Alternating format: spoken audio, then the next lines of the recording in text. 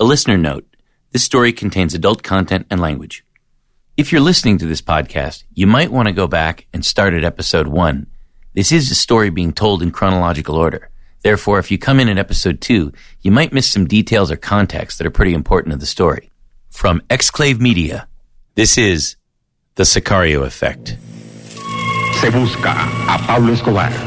Recompensa 2.700. Con John Jairo Velázquez Vázquez. ¿Usted por qué se entrega de nuevo a la justicia? Porque no le debo nada a la A Colombian hired killer known as Popeye has been released from prison. Hola guerreras y guerreros, yo soy su amigo John Jairo Velázquez Vázquez, conocido como Popeye. Alias Popeye, mi señora. Yo soy John Jairo Velázquez Vázquez Popeye, Episode 11, Perspective. Entonces me dicen los secuestradores, me dicen, le vamos a quitar la venda, no vaya a mirar para atrás, si no lo tenemos que matar. So then the kidnappers tell me we're going to remove the blindfold. Don't look behind you, otherwise we'll have to kill you. So I say, don't worry, I'm not looking back there. So I notice there's a tape recorder. They're recording at that moment. Y en un momento dado, hablando de temas de la extradición y todas estas cosas, en un momento dado yo veo que una persona salta and they start talking. And at some point, they're talking about things like extradition. At some point, I see that someone jumps over and lands laying on my bed. When I turn around to see who that person is, I come face to face with Pablo Escobar. Dr. Pastrana, how are you? How do you think I am? I'm here kidnapped. Pastrana, ¿cómo está? ¿Y cómo quiere que esté? Aquí secuestrado. And when you were in jail, the president that you kidnapped came to visit you. Estando en prisión, entonces te visita. No, he wasn't the president then. I'm sorry, he was there. Cuando Pastrana te visita todavía no era presidente, ¿o sí? Es presidente. Ya era. He was a former president when Pastrana. He was a former president. Why did he come? ¿Por qué te visitó Pastrana? Dile por favor a Jonathan que él en este momento está. You're talking to the only inmate in the world who has been visited by a former president in jail. On June 28th, 2012, the then former president of Colombia traveled to the Cambita prison in Boyacá, Colombia. Pastrana had requested to meet with Popeye for research he was doing on a book he was writing, as well as an interactive website for his presidential library. Here, Popeye explains to Andres Pastrana what was happening behind the scenes. So the cops do this huge canvas operation all over eastern Antioquia, getting closer and closer. So I go to the boss. I say to him, "Hey boss, they killed one of our guys. And this happened and this happened." And he says, "You know what? They're going to take Pastrana from us." Él estaba escribiendo un libro sobre su secuestro y quería hablar sobre el secuestro. Y hoy en día somos amigos. Pastrana was writing a book about his kidnapping, so he wanted all the details about his kidnapping. Vía telefónica. And nowadays they have a close relation. Porque él es activista político y yo también soy activista político. Because they are both political activists. Él ataca duro al gobierno de Venezuela y yo lo ataco duro. They both attack the Venezuelan government. A mí me siguen muchos presidentes en mi Twitter y en mis redes sociales porque yo digo las cosas de frente. In his social networks, Twitter, Instagram, all of it. Instagram, exactly. He's followed actually by several presidents because he says he tells it like it is, while a political figure has to be very respectful in the language they use. John Jairo doesn't have that limitation. He just says whatever he wants to say. Towards the end of their meeting, Popeye asked his former hostage for forgiveness. Yo de corazón, por lo que yo hice, por lo que hizo el cartel de Medellín, por poner en riesgo su vida tan importante. From the bottom of my heart, for what I did, for what the Medellín cartel did to you, for endangering your life, that's important. For the suffering caused to Donna Nora, to your children, and to your father. I ask for your forgiveness. I ask from the heart, sir. Do you hear me? I ask for forgiveness from the heart. Se lo pido de corazón, doctor, yo. Se lo pido de corazón, yo. It's strange because I don't know of another country where someone like you is going to have a relationship with a president, or an ex-president, I should say. And I'm kind of speechless because it's really hard to get your head around it. I don't know of another country this exists in. If I said, hey, here's a guy who killed 300 people, he was in the Medellin cartel, he did all these things, and yet now he's served his time. A lot of people would say that's not enough time. America has different ideas about this. I'm not saying they're right or wrong. I'm just saying for the victims, for the families, it must be difficult for them thinking that you're out and you're active on the internet and everything.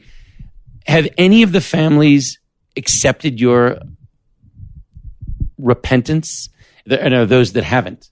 Sí, por ejemplo, la familia del doctor Galán, como yo cooperé con la justicia y declaré en contra de actores intelectuales de la muerte del doctor Galán, ellos me perdonaron. See that some families have actually forgiven. For example, the family of Luis Carlos Galán, the former candidate for the president, they have forgiven him because John Jairo collaborated with the authorities to find the minds behind the crime, other than Escobar. He has also talked to Diana Turbay, to the daughter, Carolina, the daughter of Diana Turbay. She also forgave him. Really? Yes. Y me perdonó. Hay muchas víctimas que no. But there are also some people with money and power who just want him dead, basically. But he's been able to move around and stay alive. In preparation for this, I read a lot of things about countries that have been in wars and difficult times. There was a German writer named Hannah Arendt. She died in the 70s, but she wrote a lot about the nature of power, subjects of politics, authority, totalitarianism. So I wrote some of it down, and I kind of phrased them in questions for you. But the first one is between forgiving and punishing. Okay? Every time we ask for forgiveness, we're making an appeal to the memory. Do you agree with this? 100%. Pero también hay una cosa importantísima. Cuando usted está odiando a alguien, está ligado a él. When you hate someone, you're linked to this person. Yeah. Hate is more powerful than love. But when you forgive this person, that strong link just fades away and you can distance yourself from that person. That leads me to my next question. Trying to understand forgiveness is endless. Do you think the combination between forgiveness and punishment are different, but not opposed? Mira, lo moral y ético en la República de Colombia no existe. Cero. So moral and ethics in Colombia are non-existent. Zero. Eso es del primer mundo. That's a first world thing. Entre el castigo y el perdón, a mí, ¿por qué me han perdonado muchísimas víctimas? Porque pasé 23 años, 3 meses en un hueco. Between punishment and forgiveness, I mean, he has been forgiven by many families of the victims because he has spent 23 years in a hole. Y hay dos clases de perdón. And there are two kinds of forgiveness. El perdón que se da con la boca y el que se da con el corazón. The forgiveness that you just express, but the one that comes from the heart. Yeah. Y hay otro perdón, que la gente dice, yo perdono, pero no olvido. And there is another one, is where when people say, I forgive you, but I don't forget. El verdadero perdón es con el corazón y olvido. True forgiveness is from the heart and you forget about what happened. You do understand there are people here who won't forgive you, obviously. Yes, he referred to that before. Yes. Yeah. And yet perhaps it's because of where I come from. It's very, we're used to, I guess it's a different system perhaps. And we're not used to the kind of stuff that you've had to endure in Colombia. Is the easiest way to say it, I guess. But are we living in a time when it's possible to find a place between forgiveness and punishment? No voy a contestar para que no moleste. Mira, encontrar un punto medio es muy difícil. Porque mira, it is very difficult to find that balance or to find that place. Because the only one who truly forgives is God. He said that the only thing God doesn't forgive is an offense to the Holy Spirit. Los humanos casi nunca perdonan.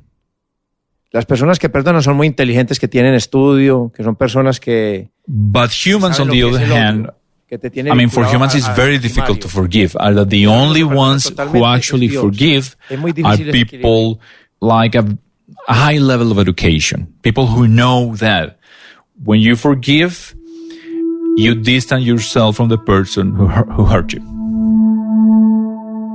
If you think about the Medellin cartel as one entire entity, and you look at the crimes that the cartel perpetrated against hundreds, if not thousands of people, well, Popeye, in a sense, has to pay for that because he's part of the Medellin cartel. He was part of the inner circle, and those people are people who suffered at the hands of the cartel. So, take Diana Turbay, for instance. She's a very popular newscaster. Her father was a president. She was kidnapped, and she was held hostage by Pablo Escobar, the Medellin cartel, as a negotiating chip. They were going to release her, but she was actually killed accidentally as the police raided the safe house where she was being held. She was shot and killed, and it ended very badly. I've seen interviews with Diana Turbay's daughter where she has forgiven Popeye, but she made something clear that it's not pointed out. When Popeye talks, he'll just say, I was forgiven by these people, the daughter of Diana Turbay, the children of Luis Carlos Galan. But in the case of Diana Turbay, for example, and the reason I'm mentioning it is I think this example fits, she said, I'm not forgiving him because of his desire for forgiveness. I'm forgiving him because I want to move past this. I need to move past this. And while I don't want to hold on to hatred, but I'm not doing it for him. I'm doing it for me. So that's the reason for my forgiveness. So if you take that apart for a second and you look at it and you go, well, she's forgiving him as well as I think some of these other victims are. They're forgiving him as part of a bigger process, not because they want to make Popeye feel better. And when you hear Popeye talk about it, if you didn't know this, you might get the feeling like, hey, everything's great now. And it's not. And I think that it must be very hard for these people to see how he's, turned into this big YouTube star. He's on TV, he's in interviews.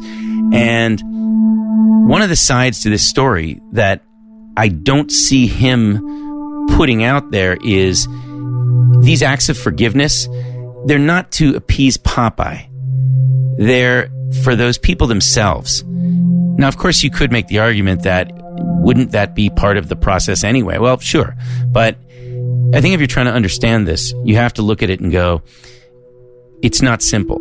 Some people might argue, there are people that would argue, well, he's paid his time in jail and he has sought forgiveness from some of his victims, and the ones that have forgiven him, good for them. The ones that haven't, well, that's something that they have to live with. Now, as far as him saying that these people are uneducated, it's hard to get your head around. Has there been, or is there now a way that the victims, their families, and society have the possibility of reconciling with the past? Understanding what happened and making the individual feel at ease in the world? Eso es totalmente imposible en la República de Colombia, porque acá esto es una sociedad totalmente descuadernada. I mean, in Colombia, that's impossible. The law here doesn't demand the people who committed the crime to financially recompensate the family of the victim. Y la ley no nos obliga a nosotros porque el dinero está. El dinero lo tiene la familia de Pablo Escobar Gaviria en la Argentina en obras de arte. Because the resources are there. The money is there. I mean, the family of Pablo Escobar has the resources. Do they still have money? Yes, in artworks. It's what he's saying in Argentina, a lot. The son of Pablo and... El hijo de Pablo Escobar, yes. He said that, for example, the Ochoa family also had the resources, but there is no legal requirement for them to compensate the families financially. Mire, dile que es tan peligroso un hombre como Popeye que yo...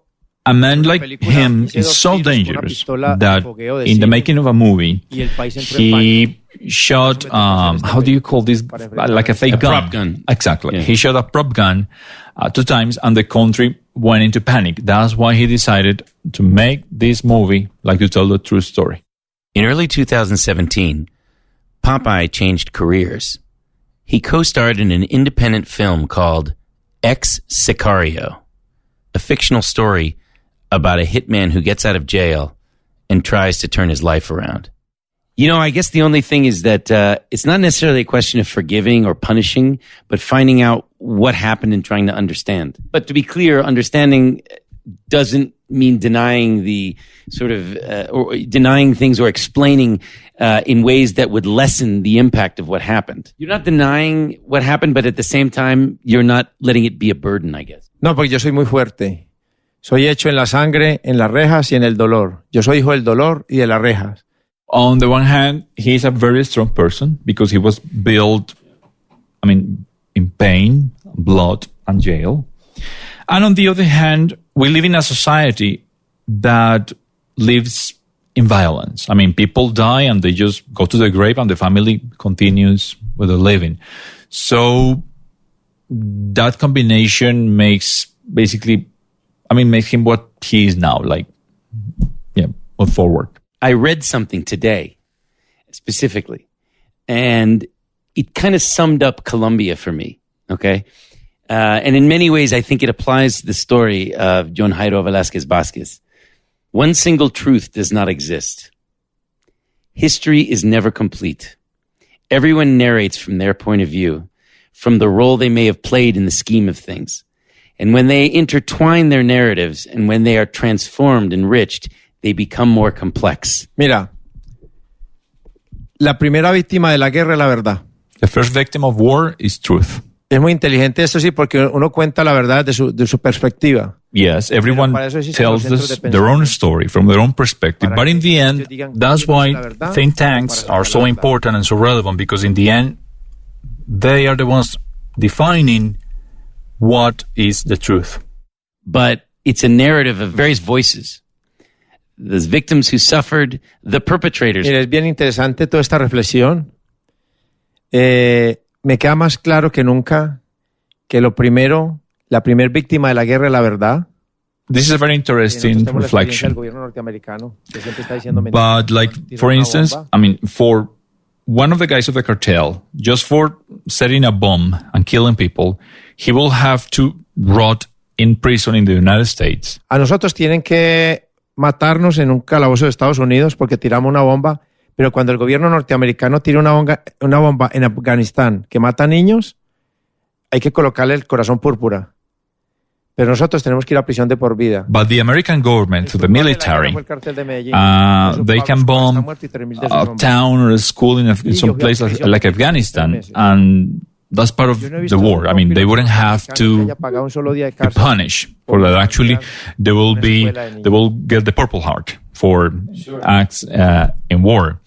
So he repeats what he said before, truth is the first victim of war. I do think that it goes back to something we said earlier, which is, again, I have my thoughts about the war in Afghanistan and in places like that.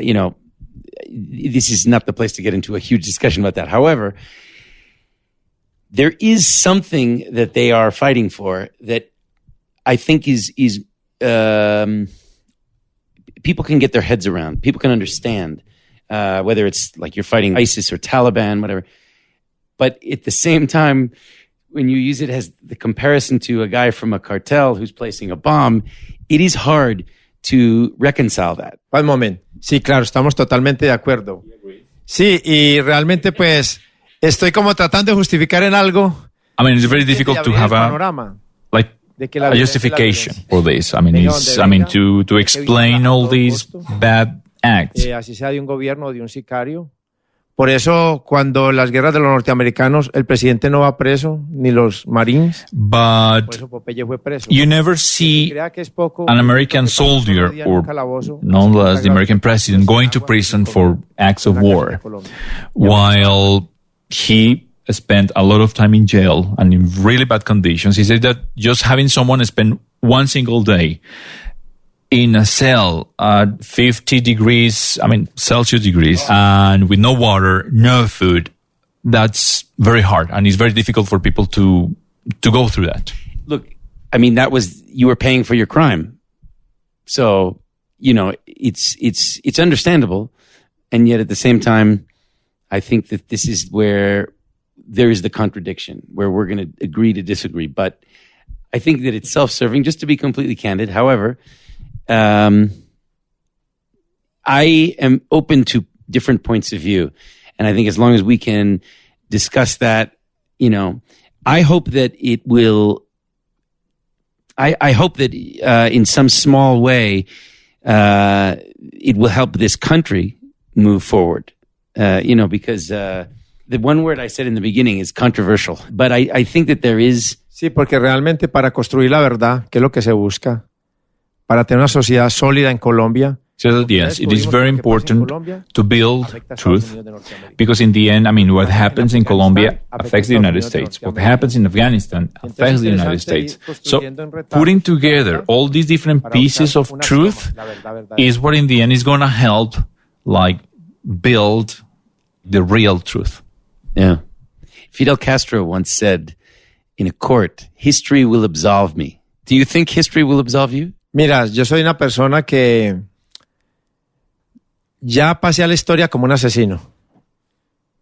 Nunca seré ese asesino. No, he's a murderer and he was convicted as a murderer, and he knows that there is no way around it. Society is never going to stop seeing him as a murderer, and history the same. So it wouldn't happen for him.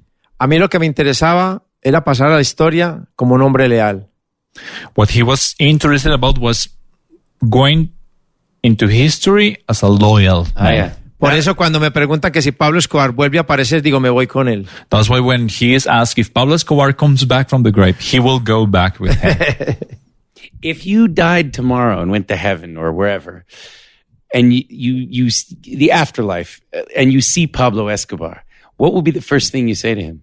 Yo, patrón, con todo el respeto, se equivocó. Boss, with all my respect, you made a mistake. Wow.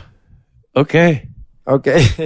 Listen, John Jairo, thank you very much. Gracias, muy amable. Mira, yo quiero aprovechar esta oportunidad para presentarle mi respeto. He wants to take this opportunity to pay his respects to the American people, to ask for forgiveness from the American people for all the harm that drugs have made to the American society, for all the lives that have been destroyed. Soy muy agradecido con el gobierno norteamericano porque tomaron el control de las cárceles y salvaron mi vida. He's also very grateful to the American government because, for example, his son, being only a 7-year-old boy, he was taken to the United States to live there, to be part of the society.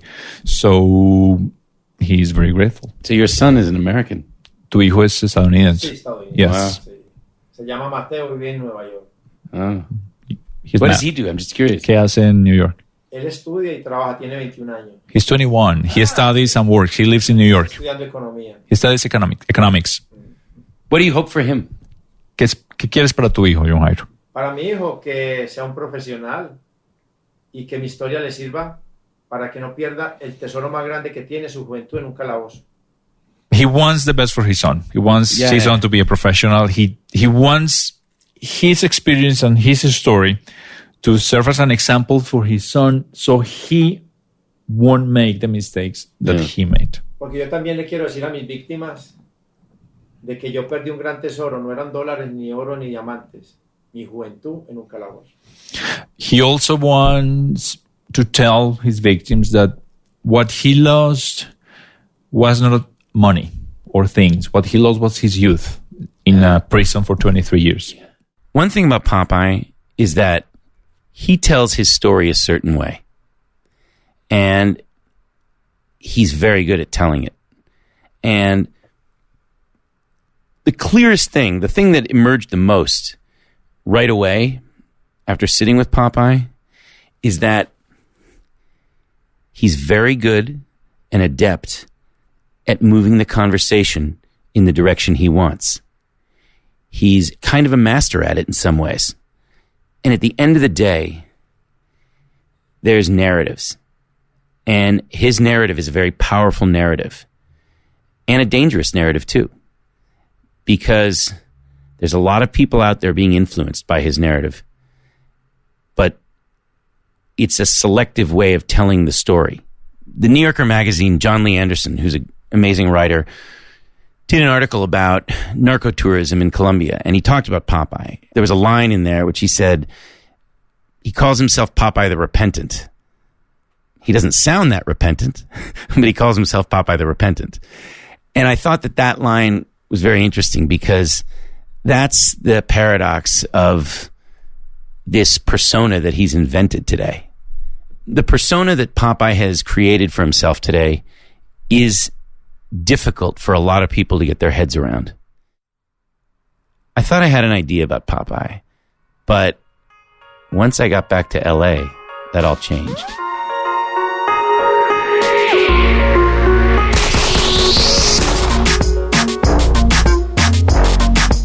If you're enjoying the podcast, please subscribe, rate, and review. Seriously, it helps. I hate bothering everybody for this, but I gotta do it. Please visit our website for a full list of credits and some cool bonus materials, like photos, videos, and declassified documents at thesicarioeffect.com.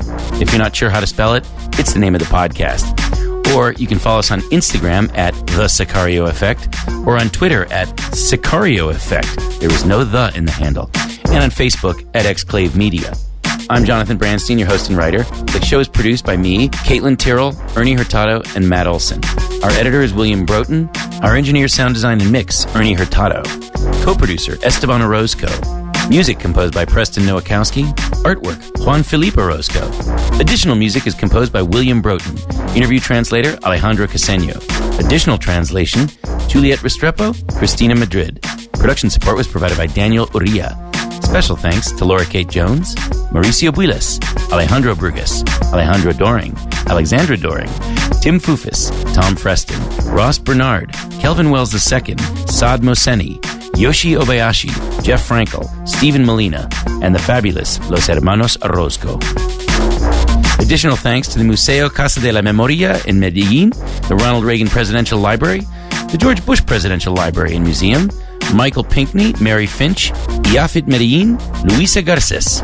Also, please visit the Narco Tour project at narcotour.co. That's narcotour.co. This podcast is dedicated to the memory of Guillermo Cano, Anthony Bourdain, and Larry Bresner.